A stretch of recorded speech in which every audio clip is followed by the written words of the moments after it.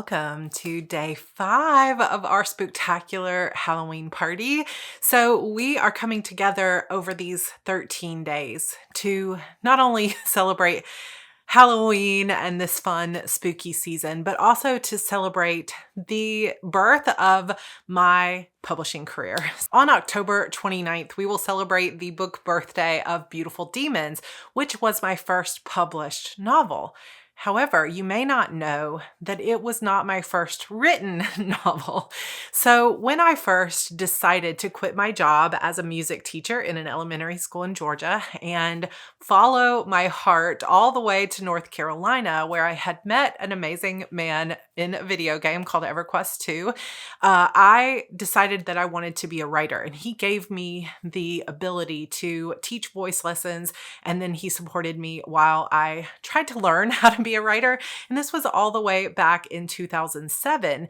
And I didn't publish Beautiful Demons until 2010. So what did I do during those 3 years besides teaching private voice and piano lessons? Well, what I did was I tried to figure out how to write a novel because most of us, even though we've been consuming stories all of our lives, the mechanics of how to figure out what happens in a story was much more difficult to figure out than I expected. So I started out by just getting every craft book I could from the library, how to write.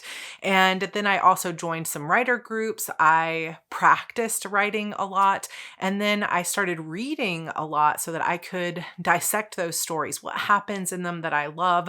And then I watched a ton of TV shows as well to get inspiration. And many of you know that Veronica Mars was the inspiration originally behind Beautiful Demons, just pieces of that story that I loved, the murder mystery, the outcast girl. But I thought, how cool would it be if she had to solve the mystery, but she had magical powers along the way? But before Beautiful Demons was even a spark in my imagination, I finished a different novel. So, side story is that I finished a book called Into Darkness. This is what I called it, not realizing I would have some darkness books later in my career. And I wrote it for NaNoWriMo, which is National Novel Writing Month every November. And I got 50,000 words into that book, and then I had no idea what else to do with it. I basically just was like, okay, this is a big old mess. I'm just kind of tossing it. And I never have gone back to edit that book. Then I had some people at a Christmas party tell me that no one's going to buy books about college kids, which was what my Into Darkness book was about. And so they directed me towards, you should write romance. And you know what? If you write for Harlequin, then you can hopefully get a deal and get your book come out pretty quickly. And because I was hoping to make money and develop a career as a writer pretty quickly, I was like, okay, that's what I'm going to do. Even though I enjoyed reading Harlequin romances, my heart, of course, was with the like Buffy vampire slayers of the world. And I really wanted to write paranormal fantasy, young adult. That's where my heart was. But I was so scared of following my heart, afraid that I would fail, afraid that nobody would buy what I was putting out, that I spent an entire year of my life grabbing Harlequin romances from the thrift store, reading as many as I could so I could understand the different lines and different genres, and then writing a book for Harlequin that I then pitched at a conference, got requested a full, and then the editor, funny story, I got the editor's rejection letter on the day that George, my husband, who allowed me to become a writer without having to work a second job, we were leaving to get married in Vegas. And I was like, let me check the mail. And that rejection letter was there. So it was a blessing in disguise because that, as much admiration as I have for romance, that was not what I wanted to write. That was not the kind of books that I personally wanted to write. And so I learned a really important lesson in my own career. And that was write the stories that you are passionate about, write the stories that light you up, the ones that you not only just like to read a little bit, but the ones that you want to get immersed in that world and you wish you could be those characters and those are the adventures you want to go on. So a friend of mine said, I don't understand even why you're trying to write Harlequin anyway. All you talk about is the young adult, like paranormal and fantasy books that you love. So, of course, a big light bulb went on over my head where I was like, gosh, that really is what I should be writing.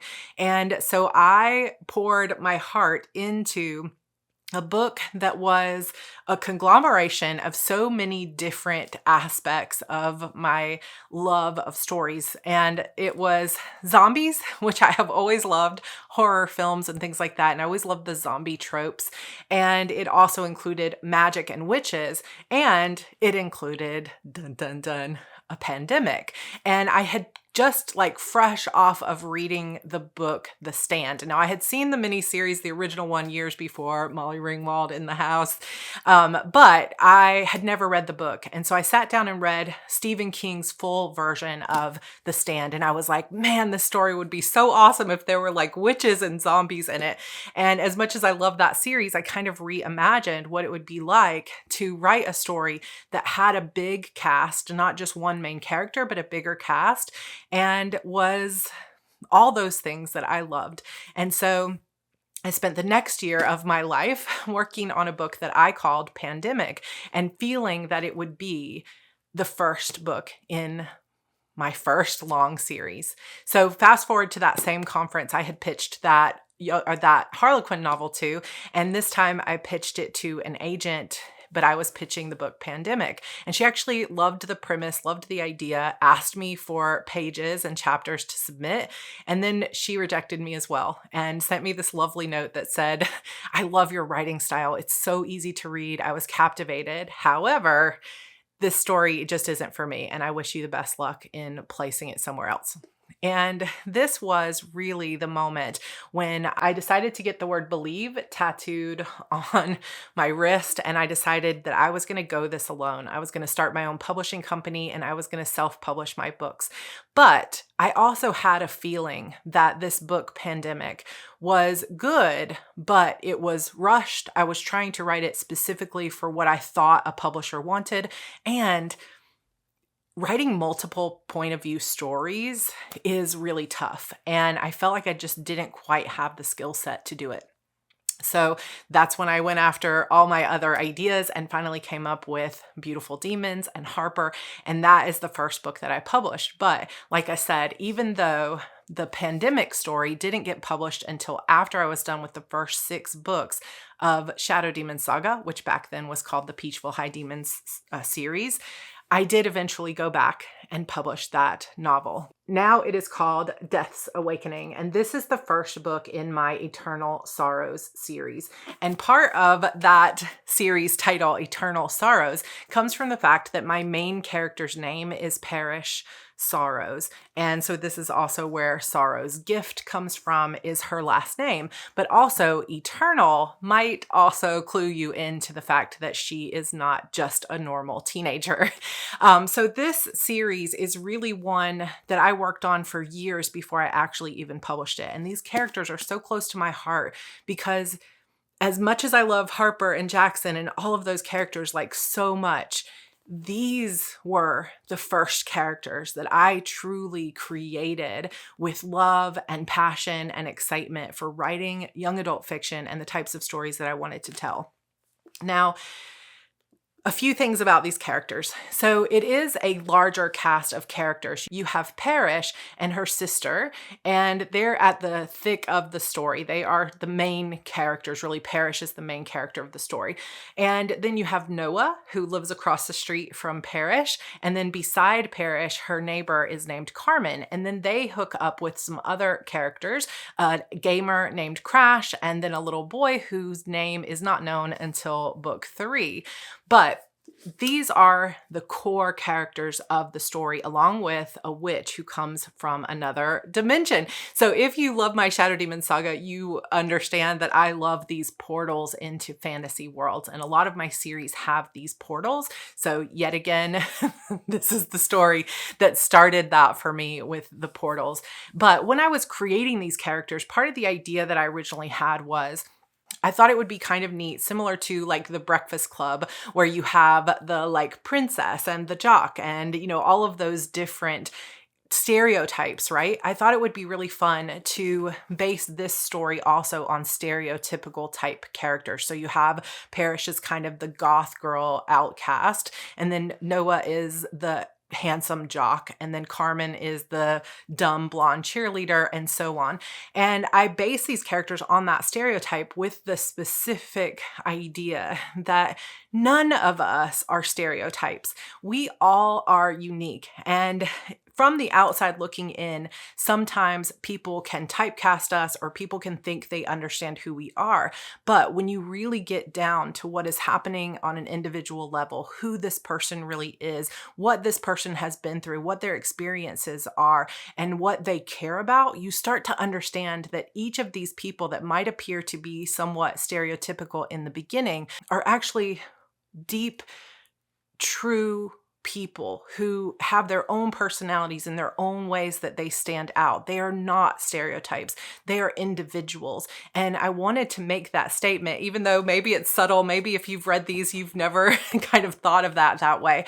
But that was my purpose. And I hope that I pulled it off, and that when you read this series, you fall in love with each of the characters, even the ones that you kind of feel like are the too stupid to live characters, or the characters that are seem surface level at the beginning of the first book.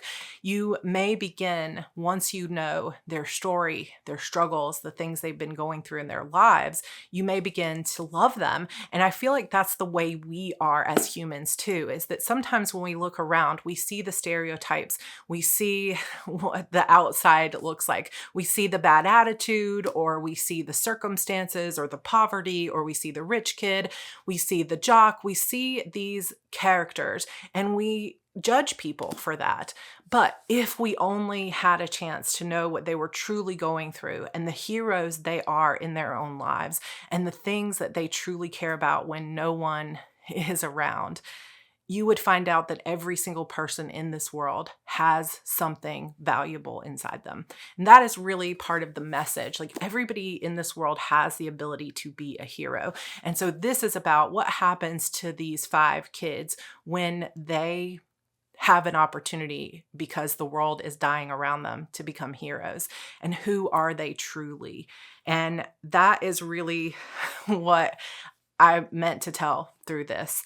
And so if you ever decide that you want to pick this up, if you have not read this series yet, there are currently 3 books in this series. So there's Death's Awakening, there's Sorrow's Gift, and there's Fate's Surrender. And these are pretty chunky books. Like, these are like 100,000 word novels. And there is a bit of a story there that originally I thought this was just going to be a trilogy, and Fate's Surrender was meant to be the last book. But as I was writing it, I kept running into all these problems with the end of the book. Like, I cannot figure out what is wrong with this book. And then one night, trying to hit a deadline for a pre-order, I literally fell to my knees in my office and said, "Oh my gosh, this needs another book.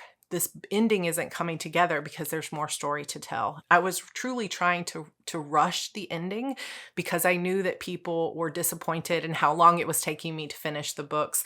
And so I was trying to get it out as quickly as possible, and for that to be the end of the series so that I could get to all these other books. And that expectation was kind of driving the result. But in the end, I came up with a saying that's something my husband says to me, is, in the end, the muse always wins. In the end, the story that you are meant to tell is the story that's told. And sometimes, I know that it is probably the main complaint that my fans have, is that my books don't come out fast enough. And I know that in this world of some people putting out 10 or more books a year, it can seem really slow if it takes a year or 2 for an author to write. But in the end, I am subject to the muse. I have to tell the story that's in my heart. I have to tell it the way that it was meant to be told. And sometimes that's a process of unfolding and discovering that I can't control. And so for those of you that are here in the Spooktacular, I know that you are the true fans who, even though you may still sometimes be frustrated at the speed or slowness, you understand that the books are worth waiting for. And just to tell you how much it means to me that you're all here, that you're all waiting for these stories, that you all still care about them, and you send me uplifting messages, and you pick up the books, and you continue to be a part of the community means more to me than I could ever possibly express to you. So thank you for that. I will be giving away for our day 5 giveaway these 3 paperbacks. So these are the first 3 books in the series. There will be one more book. I have not revealed the title of that final book, but I will be sharing that with you guys whenever I get a chance to get back to the ending of this series. But this series has a special place in my heart just because this book was actually before Beautiful Demons, and I was able to go back and rewrite it the way that I wanted it to be, and I'm really, really proud of how it turned out. Now, you can grab the first book, Death's Awakening, in ebook, totally free anywhere ebooks are sold, so I will leave those links for you, and you can actually read Sorrow's Gift for free too if you go over to Wattpad, so I will leave that link for you as well. And so really you could sit down and read the first 3 books for only $3.99 if you grab the final book in the series. I'm going to read this first chapter from Parish for you guys today. So there is a prologue that kind of introduces you to the witch in the other world.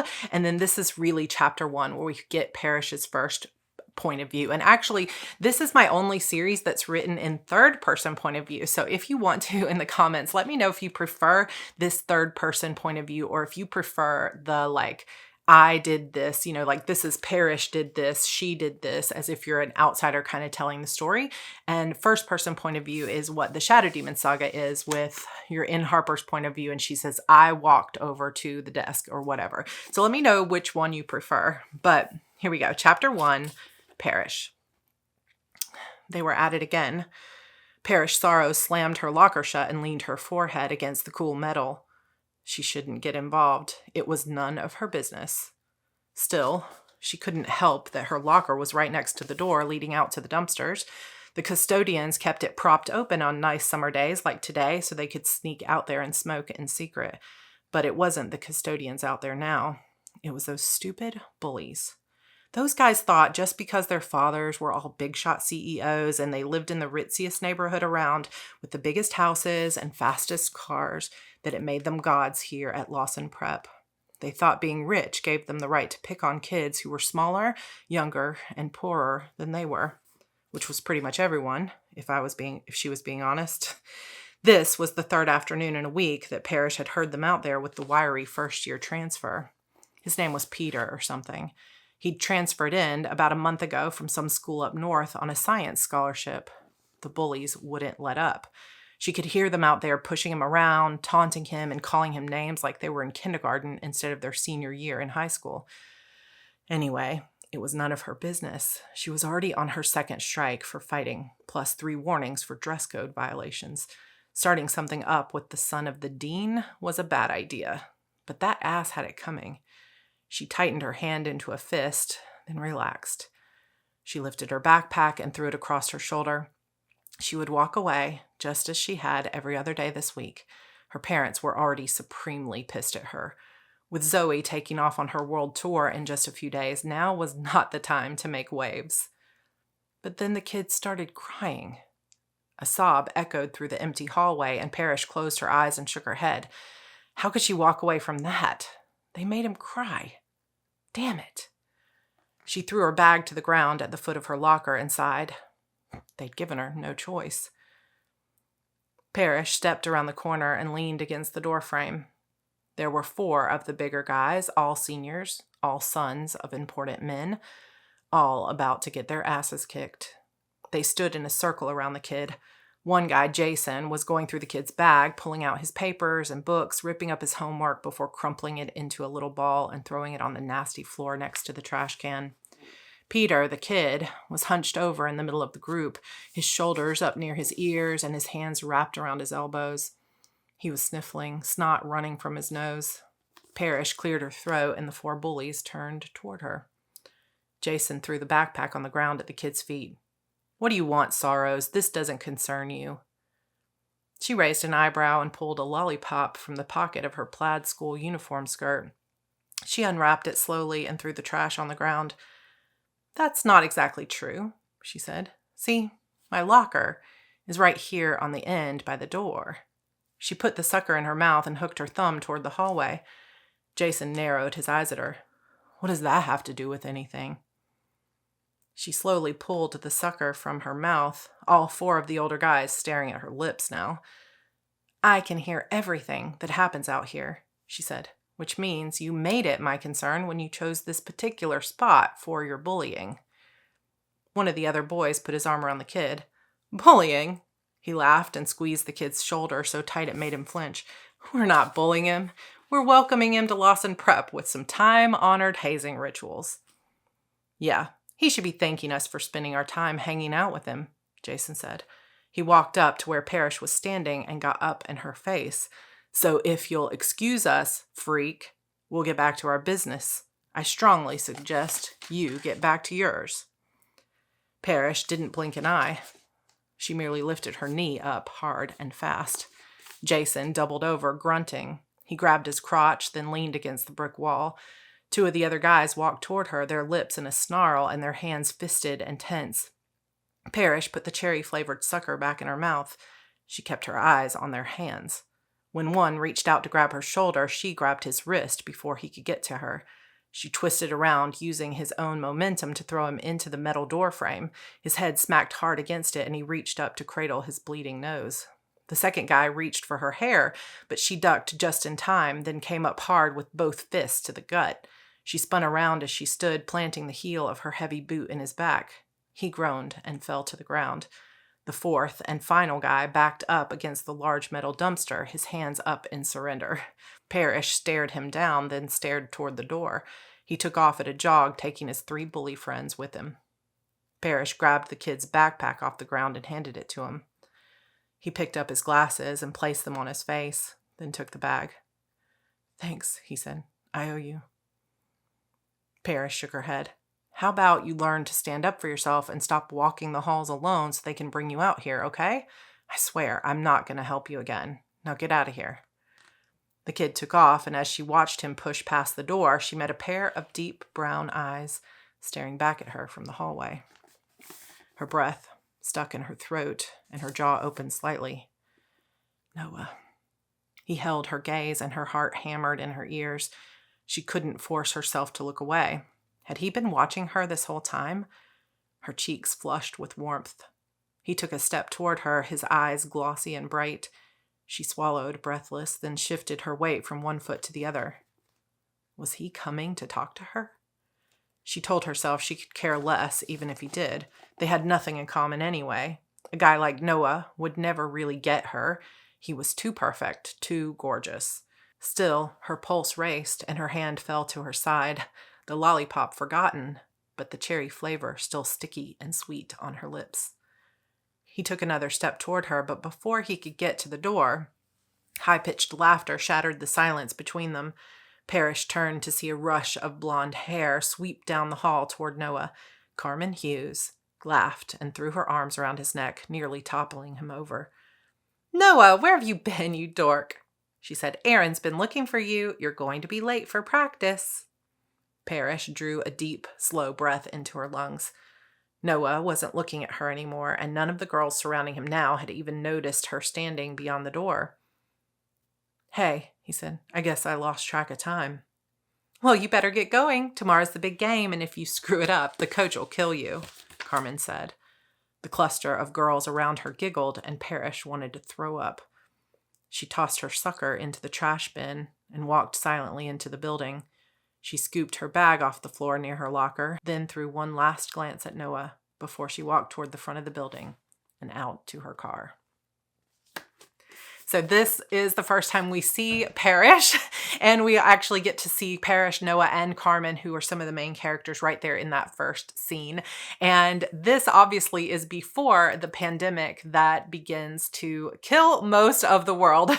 Now, back in the day when it was December of 2019, and there were whispers of the C-19 virus going around in China, several people in our Coven Facebook group tagged me and said, have you seen this stuff that's going on over in China? Because it's just like, the shutdowns and the lockdowns and all the government announcements and the hospitals and all the stuff that's going on in this book. So if you decide to pick this up, a little bit of a trigger warning that if you have some PTSD from the last couple of years and don't feel like reading about a virus, then you might not want to check out this book, because it's definitely a virus-based book. But luckily, it's fiction. So anyway, I truly love this book. I love this whole series, and I cannot wait to get to that final book. But if you want to check it out, you can download this first book for free, and you can head over to my blog post for day 5 and enter to win these 3 paperbacks, and I will get them out to you. I'll get them signed and out to you as soon as I can. I truly hope that you're enjoying our Spooktacular celebration so far. I have had such a blast and so much fun with you throughout the last few days, and I'm looking forward to much more to come. Tomorrow we will have a little See You at Sir Bean, where we're going to talk about the coffee shop in my Witch's Key series and have some fun giveaways related to that. Then on day 7, I will have a video that will go up over on YouTube showing you the setup of our family gaming room, which is where I will be playing the following day, day 8, The Quarry, live on Twitch. So make sure you're following me over there if you want to come hang out. I'll probably be playing The Quarry on Twitch several nights after that as well if you want to join us, but be sure to look at the Spooktacular schedule that's going on. And for the rest of this week, the sign up form to order paperbacks from me signed is still available. We've had lots of orders coming in, so if you want to place an order for yourself, you can order these 3 paperbacks in a set from me, and I will ship them out to you, or the entire Shadow Demon Saga, or any book individually from my backlist. So go check out that order form. Head over to the day 1 blog post. Don't forget to enter to win that paperback giveaway as well. And let's keep having some fun. Let's keep the energy going, and let me know if you have read this series or not, and I will see you guys on day 6. Bye.